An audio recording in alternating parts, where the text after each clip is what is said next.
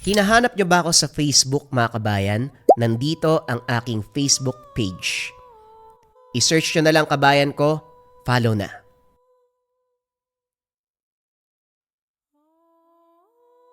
Ang kwentong ito ay hango sa totoong buhay. Mula ito sa isa nating kabayan na itago na lamang natin sa pangalang Batan. Taong 2004. Negros. Nasanay tayo na kapag sinabing albularyo, tumutulong sa usaping karamdaman o hindi kaya naman lumalaban sa mga elemento't nilalang na nambibiktima ng mga tao. Subalit sa kwentong ito, iba ang kaganapan. Si Mang Rosario ay kilalang albularyo sa lugar. Maraming natulungan at araw-araw dinarayo ng pasyente.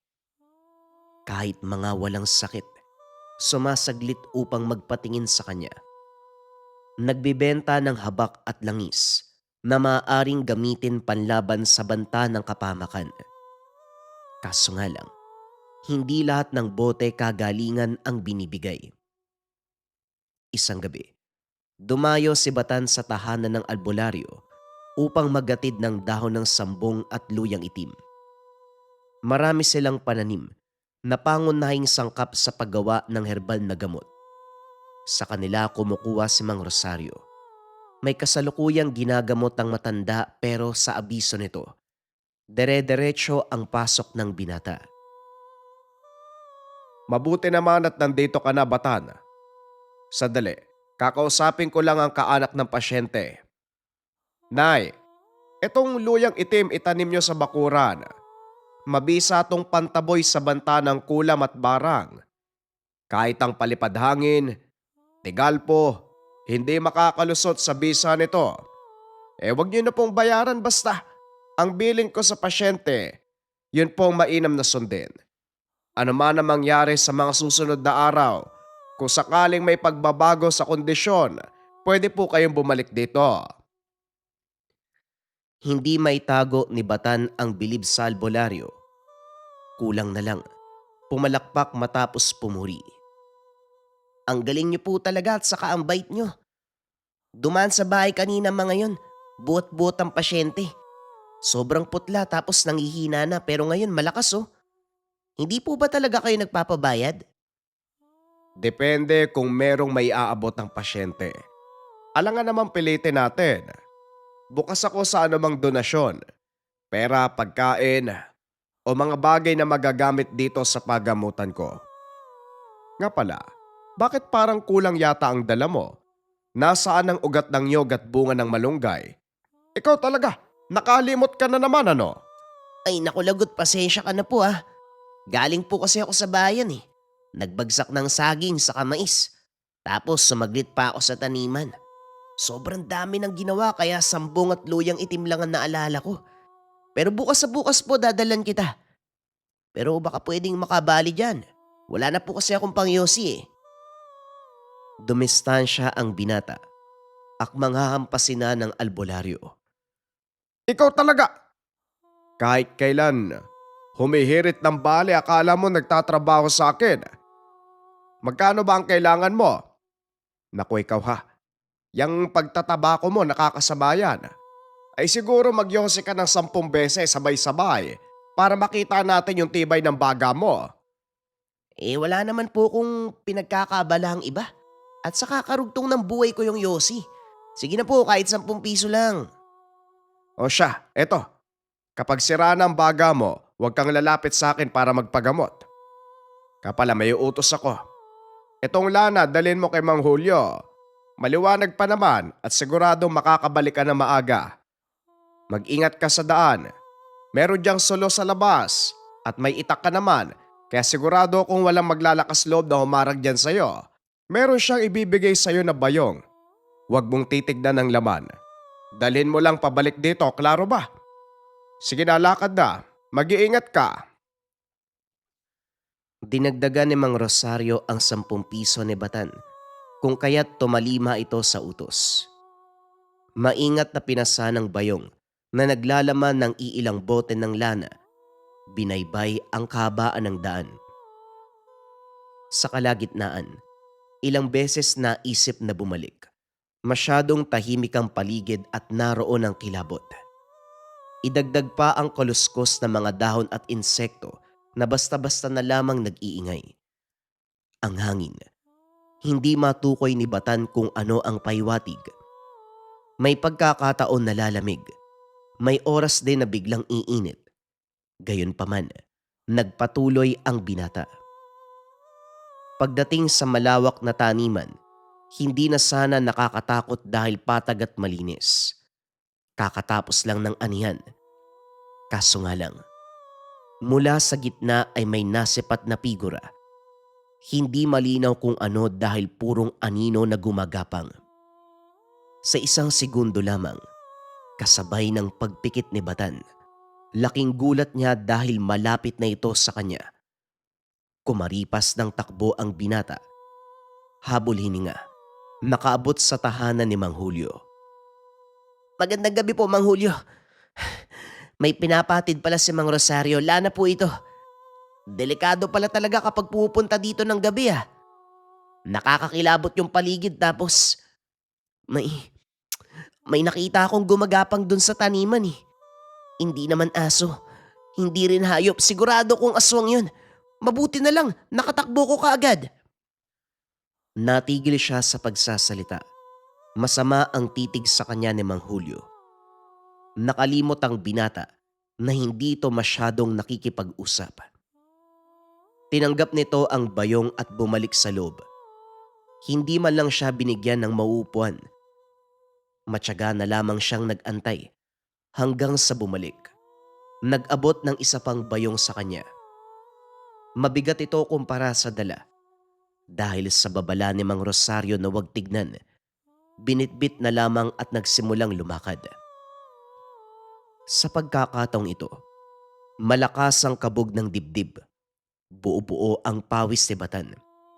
Ang buong akala niya wala na ang nilalang. Pero nag-aabang ito sa kanya. Inilabas niya ang habak na nakatago sa ilalim ng pantalon. Hinugot na rin niya ang itak. Subukan mong lumapit. Tignan natin kung hindi ka malusaw sa habak ng Mang Rosario. May dasal at basbas to, hoy! Etong itak bagong hasa to. Hinulma ng pinakamahusay na panday ng bayan. Halika, lumapit ka para masubok natin yung talim nito. Dalian mo! Wika ni Batan habang dahan-dahan sa pagakbang. Hindi iniwanan ng tingin ng nilalang. Gumagapang naman ito. Pasunod sa kanya pero may distansyang namamagitan. Nakampante naman ang binata dahil hanggang doon lang ito. Pagdating sa unahan, dali-dali na siyang tumakbo. Oh, ilang demonyo ba yung humabol sa'yo? Putlang-putla ka, nanginginig ka pa. Kung makatakbo ka mabuti na lang hindi mo nabitawan tong bayong. Kapag nabasag ang isa sa mga bote, delikado. Mang Rosario, talaga mas inalala niyo pa yung bote niyo kaysa sa akin eh. Ako dapat yung tanungin kung kumusta ako, kung anong nangyari. Ano ba yung laman ng bayong na yan? Labis ka namang mag-alala. Mahalagang sangkap ang laman ng bayong. Ano bang humahabol sa'yo? Multo? Ha, wala naman ako nararamdamang multo dito sa atin eh. Lasing ba? May nakasalubong kang lasing sa daanan. Mabuti sana kung lasing eh. Aswang ho! Nako, kapag nakita mo siguradong kikilabutan ka rin. Muntik na nga akong maihis sa takot eh. Pahingi naman po ng tubig. Ay nako, natutuyo na yung lalamunan ko eh. Pumasok ang binata sa loob. Pagdating sa kusina, hindi nakaligtas sa paningin ang maliit na garapan na may lamang likido. Iba ang kulay nito sa ginagamit sa panggagamot ni Mang Rosario. Hindi na lamang siya nag-usisa dahil ito ang pinakaayaw ng matanda. Pagkatapos mo dyan, pwede ka nang umuwi para makapagpahinga. Isara mo na maayos ang pintuan. Hugasan mo muna yung baso bago ka umalis. O bukas huwag mong kalimutan yung ugat ng nyog at bunga ng malunggay. Babayaran kita bukas sa bukas din. Huwag ka mag-alala. Kinabukasan, maaga sa nyogan si Batan para manguha ng ugat. Handa na ang bunga ng malunggay. Ito na lang ang kulang. Nahirapan dahil walang purong pula. Madalas puti at kung meron man, balat lang ang nagkukulay pula. Ang gusto ni Mang Rosario ay hanggang sa loob. Walang ideya ang binata kung para saan. Basta ang sabi ng albularyo, mabisa itong gamot sa piling kondisyon. Nang makakuha, dumiretso sa tahanan ng matanda. Kaso nga lang hindi inasahan ang naabutan. Wala akong tiwala sa inutusan mo. Sa palagay mo ba hindi yun magsasalita sa ginagawa natin? Rosario, alam mong ayokong pumalpak. Kapag sumabit ang binatang yun, ako mismo ang papatay sa kanya. Wika ni Mang Julio. Etong si Julio parang hindi mo ko kilala. Marunong akong kumilatis ng tao. At si Batan, tiko mang bibigyan basta hindi ka magkulang sa banta. Ilang taon ko na yang kilala at utusan dito. Wala pa siyang palpak sa trabaho. Makakalimutin nga eh. Mas mabuti yon. Masyadong madaldal. Sigurado ka ba na wala siyang alam kung ano ang nasa bayong? Sa ganong edad, nasa tamang pag-iisip na yun, Rosario. Kung hindi man ngayon, bukas o balang araw, malalaman niya kung sino talaga tayo. Julio, ano ka ba? Magtiwala ka naman. Alam mo yan ang hirap sa'yo eh. Hindi ka marunong magtiwala. Sinisigurado ko sa'yo, ako ang bahala rito. Hanggat walang aberya, patuloy kong gagamitin si Batan. Mukha lang mangmang yon, pero maaasahan natin yon. Malaki rin ang katawan niya. Sana ganon din kalaki ang pag-unawa sa oras na malaman niya ang sekreto. Sinisigurado ko sa iyo, Rosario, sa oras na sumabit niyang tau-tauan mo, pati ikaw mananagot sa akin. Dali-daling dumapa sa halaman si Batan nang lumabas si Mang Julio. Pigil hininga. Tumingin sa paligid bago umalis. Ilang sandali siya sa ganong posisyon dahil pilit iniintindi ang narinig. Nang hindi pa rin maunawaan, tumayo na't pumasok sa bahay ng albularyo, umasta na walang narinig. Ito ang sinasabi ko, ugat ng nyog at bunga ng malunggay. Wala ka bang gagawin? Pakihimay ako ng halamang gamot doon sa kusina. Ihiwalay mo ang daon at tangkay. Sa silong muna ako para maihanda ang mga sangkap na ito. Manong, ang dami naman po nito. Hindi ko matatapos ang isang upuan lang yan. Baka naman may yosi ka dyan tapos konting merienda. Anong oras na din eh? Wika ni Batan. Nilakasan ang boses para marinig ng matanda na nasa labas. Hindi ka pa nagsisimula pero ang dami mo nang sinasabi. Tignan mo yung nakasabit sa balde. May tinapay pa yata dyan tapos magtimpla ka ng kape mo. Ikaw nang bahala dyan, nasa kusina ka naman eh. Maraming nakasabit sa kusina. Kahit alam ni Batan kung alin sa mga ito ang naglalaman ng pagkain, piniling silipin ng iba. Bumungad ang maliliit na garapa.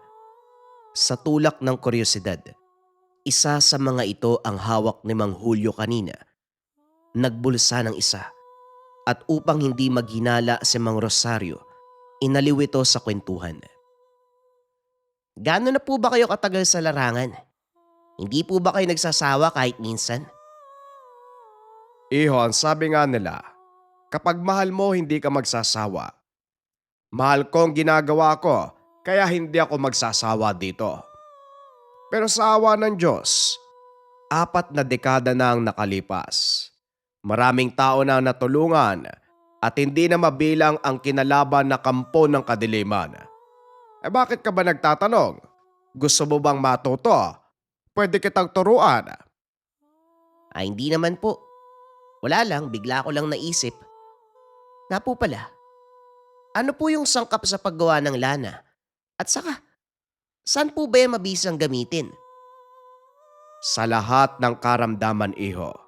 Lalo na kung gawa ng elemento at aswang. Etong haplas ko, yari sa nyog at iba pang sangkap na hindi ko pwedeng sabihin. May mga sekreto tayo na hindi dapat ipagsabi. Si Mang Julio po ba? Matagal na kayo magkakilala? Parang ngayon ko lang nalaman na may ugnayan kayo. Kung saan-saan mo ko inuutusan pero ngayon lang sumakto na sa tahanan ni Mang Julio. Manggagamot din po ba siya? Kinabahan si Batan. Matagal bago sumagot si Mang Rosario.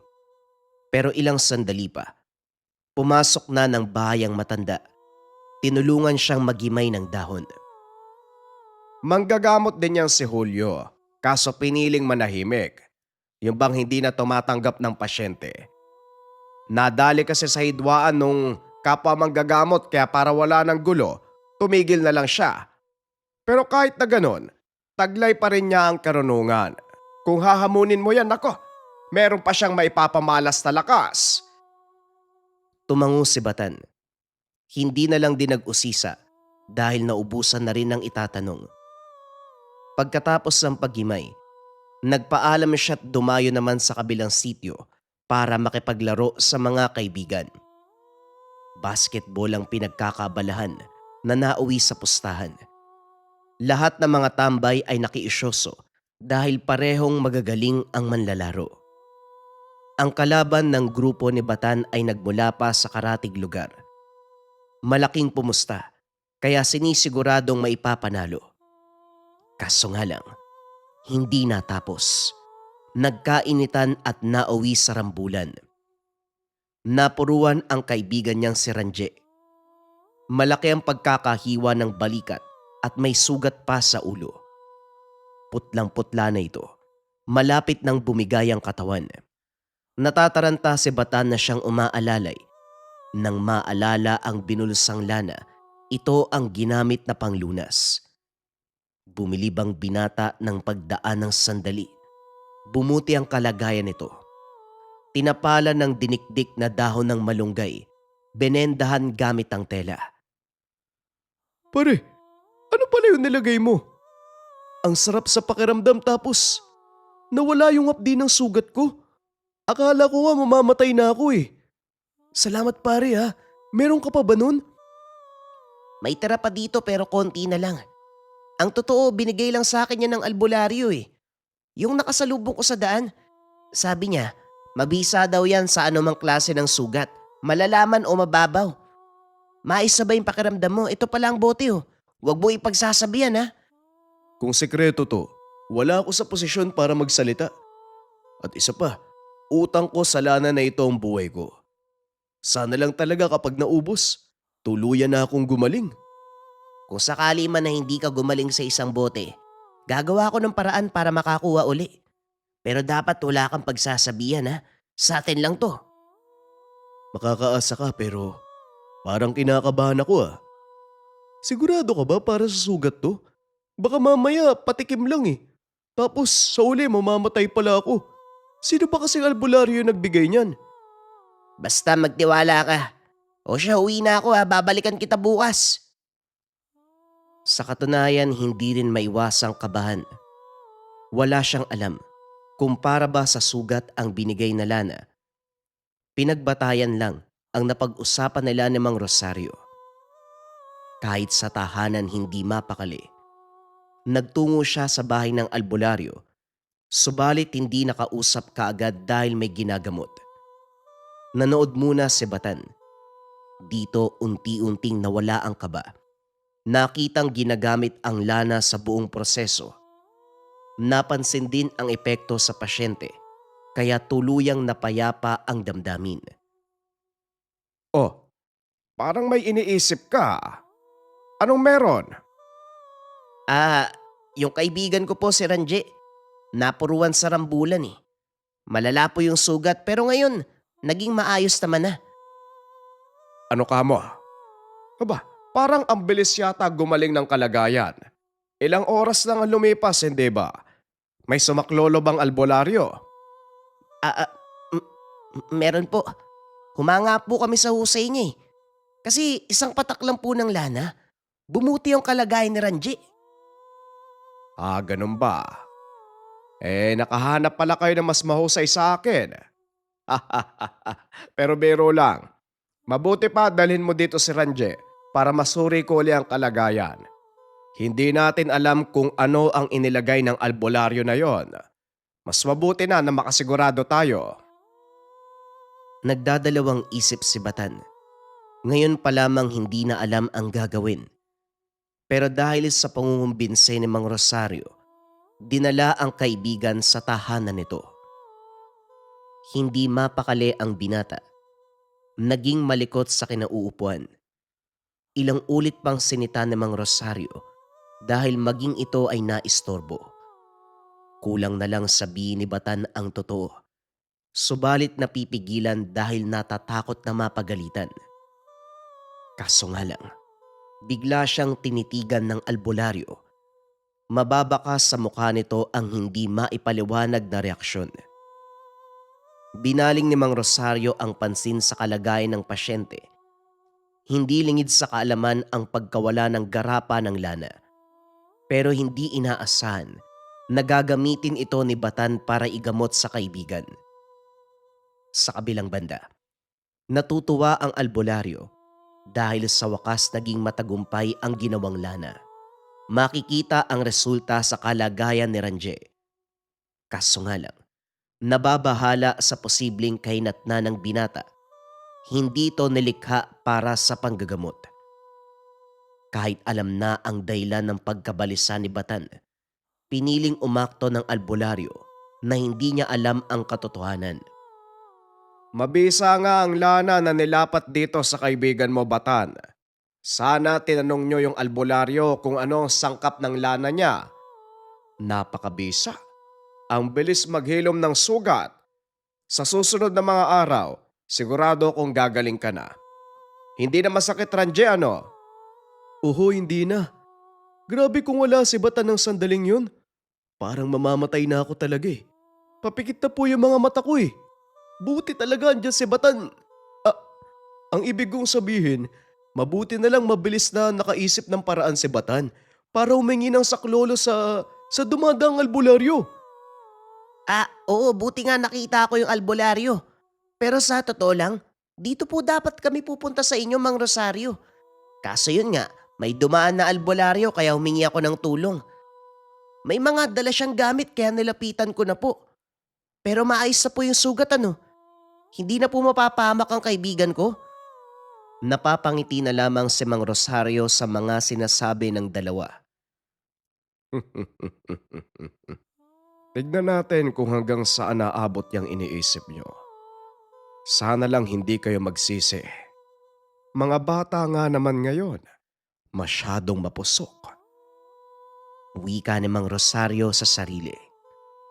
Sa parte ni Batan, hindi may tago ang tuwa sa pag-aakalang hindi napansin ni Mang Rosario na lana nito ang ginamit pang lunas. Dali-daling hinatid pawi si Ranje. Nagpalipas muna ng araw bago bumalik sa tahanan ng albularyo. Isang hapon, dumayo siya sa bahay nito para maghatid ng halamang gamot. Naabutan ang panggagamot sa Yanggaw. Sa puntong ito, hindi mapakali habang pinapanood ang kaganapan. Pawisan ang biktima. May hahalin tulad ang galaw sa taong kinagat ng aso na umabot na sa utak ang rabis. Naglalaway, nanlilisik ang mga mata. Hindi mapigilan ang pagwawala. Maging ang nakalagay na lubid ay unti-unting napigtas. Si Mang Rosario, patuloy na nagbato ng orasyon hanggang sa kumalma ang biktima. Maya-maya pa kusang lumabas sa bibig ang itim na sisiw. Patay na ito ng suriin at sa hindi inaasahan ganun din ang pasyente. Nang mapansin ni Mang Rosario ang itsura niya, kagad siyang lumapit sa binata. Oh, bakit parang kabado ka pa kaysa sa biktima? Kulang na lang isipin mong nayanggaw ka rin ah. Anak, wala ho. Ito kasi yung unang pagkakataon na nakakita ako ng aktwal na gamutan. Kaya nakakatakot ho. Ito po pala ho, halamang gamot na sinabi nyo. O salamat naman at meron na. Nga pala, manatili ka muna dito dahil may ipapagawa ako sa'yo. Hindi ko pa natapos ang gawain kaya kung pwede, pakilagyan ng lana mga garapa dyan sa tabi. Tumalima si Batan. Nasa kusina siya. Maingat na nilagyan ng lana ang bawat lagayan. Sa unahan naman, inasikaso ni Mang Rosario ang sisiw na karga ng yanggaw, senelyohan at sinunog. Mang Rosario, paano po ba nakapasok sa katawan ng biktima yung sisiw? Kung tutusin kasi, hindi na kasya sa lalamunan. Ang laki-laki nun eh. At saka, bakit yun nasabi na yun ang nagkakarga ng sumpa? Maraming pamamaraan ng aswang para yang gawin ng biktima. Pwedeng idaan sa pagpasa sa pamamagitan ng itim na bato o hindi kaya itim na sisiw. Gaano man ito kalaki, magkakasya at magkakasya pa rin sa bibig ng tao. Nganga ka lang, dudulas ito patungo sa ikabuturan mo. Pero paano nyo po nalaman na nayanggaw ang isang tao? Nararamdaman nyo po ba? Sa oras ng pagsasalin hindi. Wala ka matatandaan na yun pala ang nangyari. Malalaman mo na lang na may nagbabago na sa katawan mo. Nagbabagong ugali, takot sa tubig, uhaw na hindi napapawi, gutom na hindi matutugunan ng anumang pagkain maliban sa laman, sariwang laman. Sino-sino po bang dapat iwasan para hindi mayanggaw? Itim na bato at sisiw lang po ba nagkakarga ng sumpa? Lana o langis, may ganitong pamahid na kinakarga ng sumpa at kapag ipapahid sa katawan ng tao, matapos ang ilang beses, huwag kang magtataka kung mag-aasal halimaw ka. Dito natigilan si Batan. Umalingaw-ngaw sa pandinig ang lana. Walang sumagi sa isipan kung hindi ang nangyari kay Ranje. Nang dumako ang tingin sa batya na puno ng lana, kagad nabitawan ang pansalok. Natawa ang albularyo sa kinilos ng binata. Ano pong nakakatawa? Huwag niyo pong sabihin na may kargang sumpa ang lana na to. Manong hindi po kayo nakakatawa ah. Ay naku, huwag kang mag-alala. Hindi sumpa ang karga nito kundi lunas. Ano ka ba? Albularyo ko hindi mangyayanggaw. Bilisan mo na nga dyan. Yung iba dyan dadalhin ko kay Mang Julio. Nakainga ng maluwag sa sinabi ng albularyo. Binilisan ang pagsasali ng lana sa mga garapa. At nang matapos, dinala ang kalahati sa tahanan ni Mang Julio. Ginabi sa daan. Malayo palang tanaw na ang gumagalaw na anino sa gitna ng taniman. Inilabas ang habak at humugot ng patalim. Binilisan ng lakad pero sa unahan humarang ito. Maya-maya pa ramdam ni Batan ang paglabas-masok ng buhok sa ilong, tenga at bibig. Nabitawan ng bayong, kumalansing ang pagkabasag ng mga bote. Lumayo si Batan gawa ng natataranta sa sitwasyon. Natigil ang pag-atake ng buhok. Napansin ang nilalang na nilantakan ang natapon na lana. Dinilaan at sinipsip ang bawat patak. Pagkatapos nun dali-daling umalis. Naguguluhan man, kumaripas ng takbo pabalik. Hindi nagustuhan ni Mang Rosario ang pagbabalita ng binata. Hindi rin napigilan ang pagwawala. Batan, isa lang ang pakiusap ko sa'yo. Ingatan ang lana at dalhin kay Julio. Anong ginawa mo? Bakit mo hinayaang mabasag at makuha ng aswang? May habak ka, hindi ba? Bakit hindi mo binalandra sa pagbumuka ng nilalang? Meron ka ring itak. Bakit hindi mo naisip na tagain? Batan, sana nag-isip ka. Pasensya na po. Hindi ko po inaasahan na gano'n ang mangyayari. Nung una kasi hindi naman ako nalapitan. Ngayon lang po talaga. Huwag na po kayo magalit. Hindi ko naman po talaga sinasadya eh. Patawad po Manong. Tutulungan ko na lang po kayo na gumawa uli. Hindi yon ordinaryong lana. Katulad ng madalas kong ginagamit sa panggagamot, Batan. May sangkap yun na... Hindi bale na. Makakauwi ka na. Saka ka na bumalik kapag lumamig na ang ulo ko. Lumabas ang binata.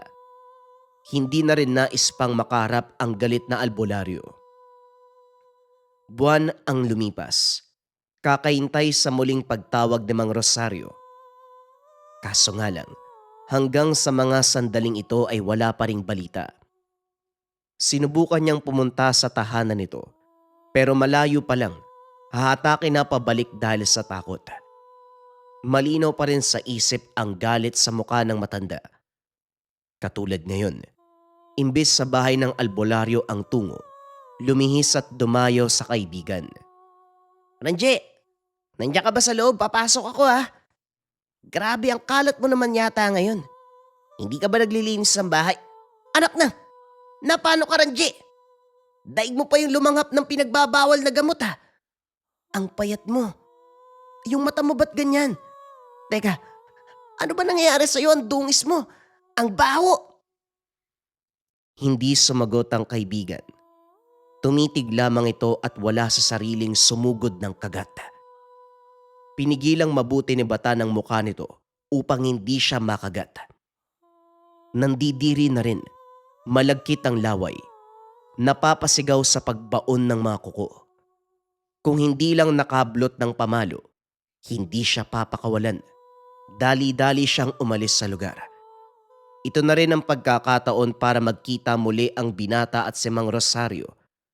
Laking pasasalamat niya dahil biglang nawalan ng malay ang kaibigan. Kinarga niya ito, dinala sa tahanan ng albularyo. Sinuri. Hindi malaman ni Mang Rosario kung matutuwa o maaawa sa kalagayan ng biktima. Ang napahid na lana sa kanya, hindi para sa sugat. Ito ay walang iba, kundi para sa pangyayanggaw.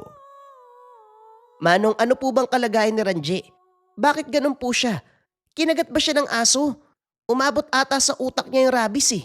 Gusto ba naman akong kagatin? Hindi rabies kundi yanggaw.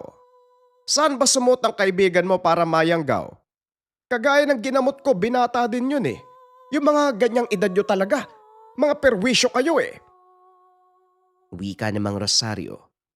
Pilit nililihis ang usapan sa tunay na dahilan ng sitwasyon. Kung ganun, mamamatay din po ba si Ranje? Kagaya po ng ginamot nyo?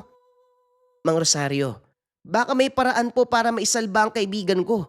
Parang awa nyo na po talaga. Handa po kung ibigay ang lahat ng alamang gamot na meron ako sa bakura namin. Gamutin nyo lang po si Ranje.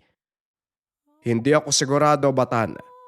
Sa kalagayan ng kaibigan mo, malala na siya. Nakakain ng dugo at laman ng tao. Kapag ganon, malalim na ang sumpa ng yanggaw. Tugon ni Mang Rosario. Inaantay kung kailan aamin si Batan sa pagnanakaw ng lana.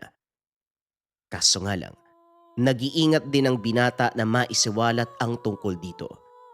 Ilang araw pa ang lumipas pero tikom pa rin ang bibig. Nagpa siya na lamang na tawagin si Mang Julio para magpatulong. Sa kalagitnaan ng pag-uusap, nasa tabi si Batan, nakikinig. Naghintay ako nung gabi kaso walang dumating. Nabalitaan ko na sinalakay ng aswang ang inutusan mo. Sinasabi ko na nga ba, walang magandang maidudulot sa misyon natin ng batang yan. Malaki nga ang katawan pero walang utak. Ikaw naman ang dali mong maniwala tapos ano? Pinatawag mo ko para gumawa ng gamot para sa pasyente mo. Malala na ang sumpa sa katawan niyan.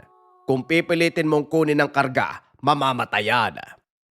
Ngunit ang lana na dala ni Bata ng gabing yon ang pakay ng aswang. Pinasundan ko ang nilalang. Nalaman ko na nayanggaw din eh. Naghahanap ng lunas.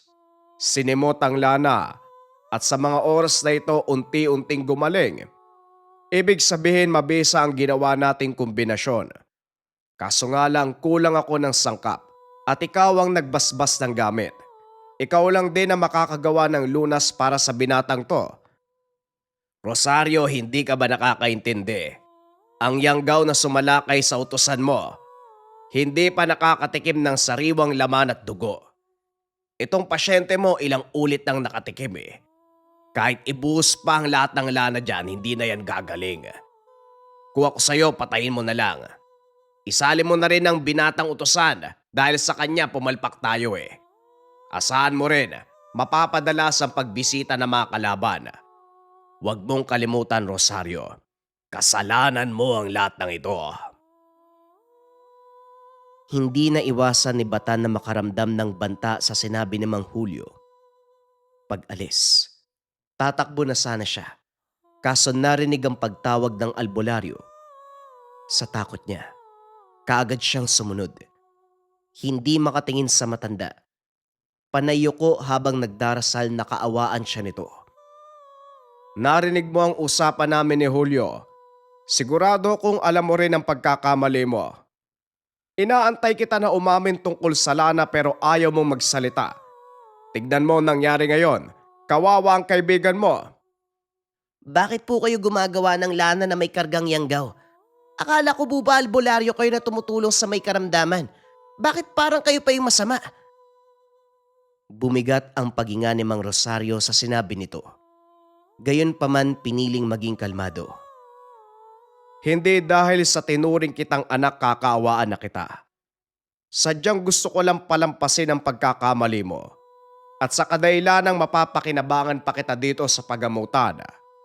At para sa katanungan mo, iho, tama ka. Akala ko nga rin ang pagiging albularyo ko ay para gumamot ng may sakit. Pwede palang samahan ng kasamaan. Pero ayos lang. Siguro kasi, bihira lang naman akong gumawa ng lana na may kargang sumpa. Nakadepende yon sa misyon. Wala akong pakialam sa mission na yan. Ang akin lang, wag niyo na po akong parusahan. Wala naman po akong alam sa ginagawa niyo eh. Kaawaan niyo po ako. Ayoko po mamatay dahil lang dun. Eh sino ba nagsabing papatayin ka? Huwag mong pansinin si Julio. Ganun lang ang matandang yon. Kukumbinsihin ko siyang gumawa ng gamot para kay Ranje. At ikaw, patuloy ka magtatrabaho sa akin. Kinakabahan man, wala nang pagpipilian kung hindi sumunod. Hindi na matandaan ni Batan ang daan sa pinuntahang mga bahay sa sobrang dami, kung saan-saan na rin nakarating para lang ihatid ang lana na inutos ni Mang Rosario. Sa napapansin ng binata, hindi ordinaryong tao ang kinakausap. Matalimang titig na parabang nanlalamon ang mga mata. Kakaiba ang amoy, malansa, at ang mga balat ay parabang pinahira ng langis. Pasikreto ang pag-abot ng lana na parabang pinagbabawal na gamot. Ito ang ganap sa buhay ng binata sa loob ng ilang araw. Pagkatapos ng lahat, sa tahanan ni Mang Rosario na nuluyan para bantayan ang kalagayan ni Ranje. Isang gabi habang tulog na ang lahat, nalimpungatan sa kaluskos mula sa kabilang kwarto. Hindi pinansin nung una, pero nang mapagtanto na sa kwarto ni Ranje, kagad bumangon para tignan. Hindi na ito nakilala dahil ganap na ang anyong taglay. Sa paglingon kagad sumugod. Mabuti na lamang mabilis si Mang Rosario. Hinataw ng buntot pagi, dahilan para sumuksok sa sulok. Manong, tama na po, nasasaktan ng kaibigan ko. Nagkakasugat po siya, tama na Manong. Papatayin mo ba yan? Hindi ko siya papatayin kaya kumalma ka. Gusto ko lamang na magtanda siya na kapag maglilikot, matindi ang sasapitin niya. Bakit po ba hindi nyo nalang gamutin, Mang Rosario? Paano nyo masasabi na hindi nyo siya papatayin? Eh kada magpapalit ng anyo, pinaparusahan nyo. Baka nga dyan pamamatay si Ranji. Mas ikamamatay ng kaibigan mo kung papakawalan natin siya. Sa tingin mo ba, malaya kapag nakawala? Iho, ang Yanggaw minsan din pinagdidiskitahan ng malalakas na aswang. Bagong kasapi sila, pero ginagawa ding pagkain ng mga matataas na uri. Kapag ng biktima yan, sa palagay mo hindi tutugisin ng mga tao? Kaya pinapatay nyo siya ng paunti-unti. Sa palagay ko, mas mabuti pang kapwa halimaw niya ang pumatay sa kanya. Kaysa naman sa albularyo na akala ko gagamutin siya. Maghinay-hinay ka sa pagsasalita mo, iho. Wala kang ideya kung ano ang ginagawa ko. Kung ayaw mo mahampas ng buntot pagi, bumalik ka sa... Hoy! Bumalik ka roon! Dalian mo! Sa kabila ng kalagayan ni Ranje, para bang nakakaunawa pa rin ito. Natatarantang sumunod sa salita ng albularyo, pero hindi doon nagtatapos dahil patuloy ang pag-iingay. Kinakalmot ang dingding. kumakapit sa kisame na halos sirain na ang bubong. Nakaupo sa sala si Mang Rosario, nagtitimpi sa galit. Sa bawat usal ng orasyon, saka naman kakalma ang nayanggaw. Maya-maya pa naalerto ng makarinig ng atungal, sinundan ng pagaspasa ng pakpak at pagsilip sa labas. Hindi lang isa ang naroon, marami ang nakaabang. Mukhang ito na yata ang sinasabi ni Julio. Batan, huwag ka munang matutulog. Tulungan mo kung itali ang kaibigan mo. Hindi pwedeng makita siya ng mga yan. Etong lubid, itali mo ng mabuti. Tulong-tulong sila sa paggapos kay Ranje. Inihipan ng dasal upang hindi na magwala. Sino po ba yung nasa labas? Bakit parang iba yung kutob ko? Ito na ang resulta ng pagiging pabaya mo sa Lana. Sila ay mga nilalang na walang ibang gustong gawin kung hindi manggulo. Dito ka lang sa loob. Sinamantala ni Mang Rosario ang pagkakataon. Matapos matansya ang kilos sa mga aswang, isa-isang tinumba ang mga ito. Kaso nga lang, hindi inasahan ang figura sa unahan. Matalim ang titig. Sa isang kurapa, sakal na ang albularyo. Nawasak pa ang dingding matapos tumilapon. Ito na yata ang sinasabi ng mga kalahi ko. Albularyong gumagawa ng langis.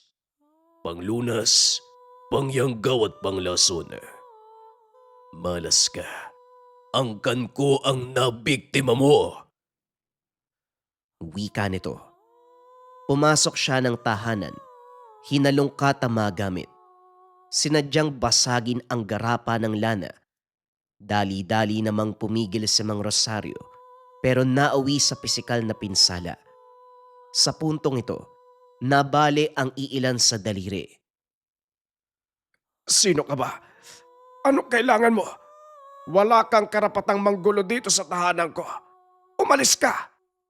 Bakit? Ano bang magagawa mo? Ni hindi mo nga kayang umilag sa mga atake ko. Gusto ko lang naman makita ang likha mong mga langis. Kaso nga lang, wala dito ang hinahanap ko. Wala kayatang panglunas ano? Sabing itigil mo ang pagbasag. Bawat garapa ay katumbas ng dekadang paghihirap sa larangang ito.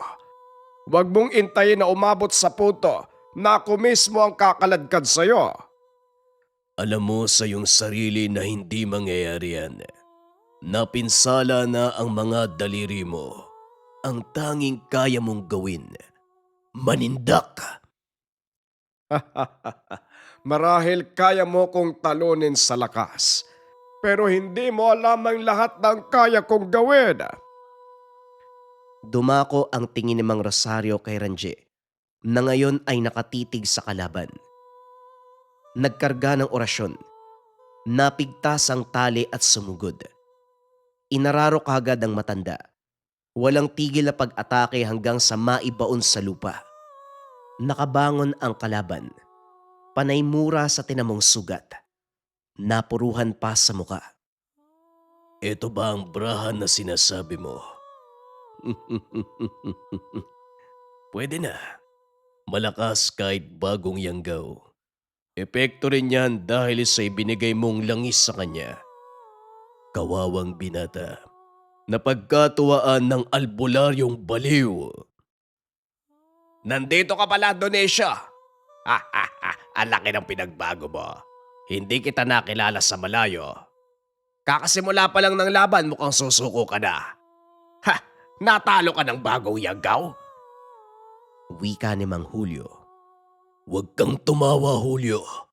Baka nakakalimutan mo, ikaw ang dahilan kung bakit ako nagkaganito. Nakahanap ka nga ng kakampi, pero mababang uri ng albularyo. Sino ba yan, Julio? Binasag niya ang lahat ng gamit sa bahay. Kung may atraso kayo sa isa't isa, kayo maglaban, huwag niyo kong idamay. Damay ka dito dahil ang ginawa mong langis ang pumatay sa aking angkan. Kung saan-saan kita hinanap, Mabuti na lang nasundan ko ang binatang yan kaya natuntun kita. Kinabahan si Bata nang lumingon sa kanya ang mga ito. Tignan mo na, Julio. Sabi ko sa'yo huwag ka magtiwala eh. Dahil sa binatang yan pumalpak tayo. Pagpasensyahan mo na lang. Mamaya natin pag-usapan ng tungkol kay Batan. Ang mabuti pa, tapusin na ang labang to. Ikaw naman palang may atraso dyan eh. Si Mang Julio ang kumalaban. Sa puntong ito, hindi na nagsayang ng oras ang bawat panig. Bigay todo sa pagsugod. Paulit-ulit na salpukan. Sa iba't ibang panig tumitilapon ang magkalaban. Nagpalit na ng anyo. Nang mapansin na talo sa orasyon, pisikal na lakas ang ginamit. Ganun pa man, tila ba kabisado ni Mang Julio ang galaw nito. Hindi nagtagal. Nasawi sa mga kamay ang dayo. Habang tinatapos ni Mang Julio ang kalaban, sumunod si Batan sa albularyo na bitbit ang garapan ng lana. Bigay ito ni Mang Julio kanina lang. Ginapos pabalik si Ranje. Binuhos sa bunganga nito ang langis. Inihipan ng dasal. Pinasok ng albularyo ang kamay para hugutin ng sisiw. Kapag patay ang sisiw sa pagbunot ko, patay na rin ang kaibigan mo. Kung buhay naman, buhay din si Ranje. Simulan mo nang magdasal, Batan. Pagtingin sa lumabas na sisiw, tila ba tumigil ang oras. Hindi gumagalaw ang sisiw, pero wala ring senyales ng kamatayan kay Ranje. Manlulumo na sana si Batan nang bigla itong humuni. Kasabay nito, ang sunod-sunod na paghabol ng hininga ng kaibigan. Laking tuwa niya dahil ligtas. Sinundan ito ng proseso ng paglulunas hanggang sa tuluyang nawala ang kapit ng sumpa sa katawan ni Ranje. Kaso nga lang, merong hindi natutuwa. Laman ng lanang yan ang pinakahuling sangkap na naitabi ko. Ibig sabihin hindi na ako makakagawa ng iba pa. Yan na lang yun eh. Hindi ko sana gagamitin kaso buwisit kayo pareho. Ano ka ba? Hindi ba mga albularyo tayo? Tungkulin natin magsakripisyo para magamot ng pasyente. Pero maraming salamat pa rin. Aayaw ka pa nung una eh. Tutulong ka rin pala. Magsama kayo. Pareho kayong palpak. Wag na ako tatawagin. Wika ni Mang Julio. Kagad nang umalis sa lugar. Napabuntong hininga si Mang Rosario. Binalik ang atensyon sa paghihimay ng halamang gamot. O natahimik ka. Ilang araw na magmula nang matapos ang laban natin sa mga Yanggaw. Magaling na si Ranje. Ano pa bang inaalala mo? Kung nangangamba ka na may mangyari sa iyong masama, hindi mo dapat alalahanin. Napagpasyahan kong parusahan ka sa magaan na paraan. Patuloy ka maninilbihan sa akin. Pero saan mong hindi lang panggagamot ang gagawin natin? Tumango ang binata. Wala rin siyang magagawa kundi pumayag. Pakiramdam kasi ni Batan, kapag siya ay tumanggi ay malalagay sa alanganin. Magmula noon, naging kanang kamay si Batan ng albularyo. Hindi lang tagapaghatid ng lunas, kundi tagapaghatid din ng langis. Isang langis na ginagawa ng albularyo para sa mga nilalang na mas kilala sa katawagan na aswang. Kung gusto mong gumanda ang 2026 mo kabayan, subukan mo tong Gintong Gabay o ang Gabay Ethnic version sa Lika Merchandise. Pero ano bang gagawin mga kabayan ko? Halimbawa, may mga bagay ka na gustong marating or may mga kahilingan ka na gustong matupad ngayong 2026. Dapat klaro, ano ang kahilingan mo, ano ang gusto mong puntahan. So habang hawak-hawak mo yung Gintong Gabay mo o Gabay Medallion Ethnic, iisipin mo siya, imamanifest mo siya, assumption mga kabayan. So dapat klaro kung anong gusto. Pagkatapos nun mga kabayan, kung alam mo na kung anong gusto mo, kaya mo na siyang ipaliwanag, ano ang mga kailangan mong gawin para makuha ang bagay na gusto mo. Ano yung pakiramdam habang ginagawa mo yung mga steps para makuha yung bagay na gusto mo, dapat alam mo yung pakiramdam kabayan. At higit sa lahat, ang pinaka-importante, ano ang pakiramdam kapag natanggap mo na yung kahilingan mo? Paano ka humiti? Paano ka gumalaw? Anong klaseng energy and vibration yung meron ka sa oras na matanggap mo na ang kahilingan? Sample, ang gusto mo ay makalipat sa mas magandang tahanan. Ano yung pakiramdam, kabayan, kapag nakalipat ka na, nabili mo na yung magandang bahay, i-keep mo yung emotions na yun, mga kabayan, habang hawak-hawak mo tong gintong gabay. So habang dadasal ka, nakapikit ka, isipin mo yung tatlong proseso na yun, kabayan. Huwag mong bibitawan yung emosyon. Sa araw-araw, dadalin mo siya. Sa oras na may encounter mo na yung challenges, lagi mo lang tignan yung gintong gabay mo, alalahanin mo yung pakiramdam habang nagdadasal ka. Ano yung feeling kapag natanggap mo na yung bagay na gusto mo? Mula doon, kabayan, huwag mong tigilan hanggat hindi mo nakukuha. Sigurado yan, kabayan ko, mamamanifest mo yan sa buhay mo. Kung interesado ka dito, kabayan, i-visit mo lang ang shop ng Lika Merchandise.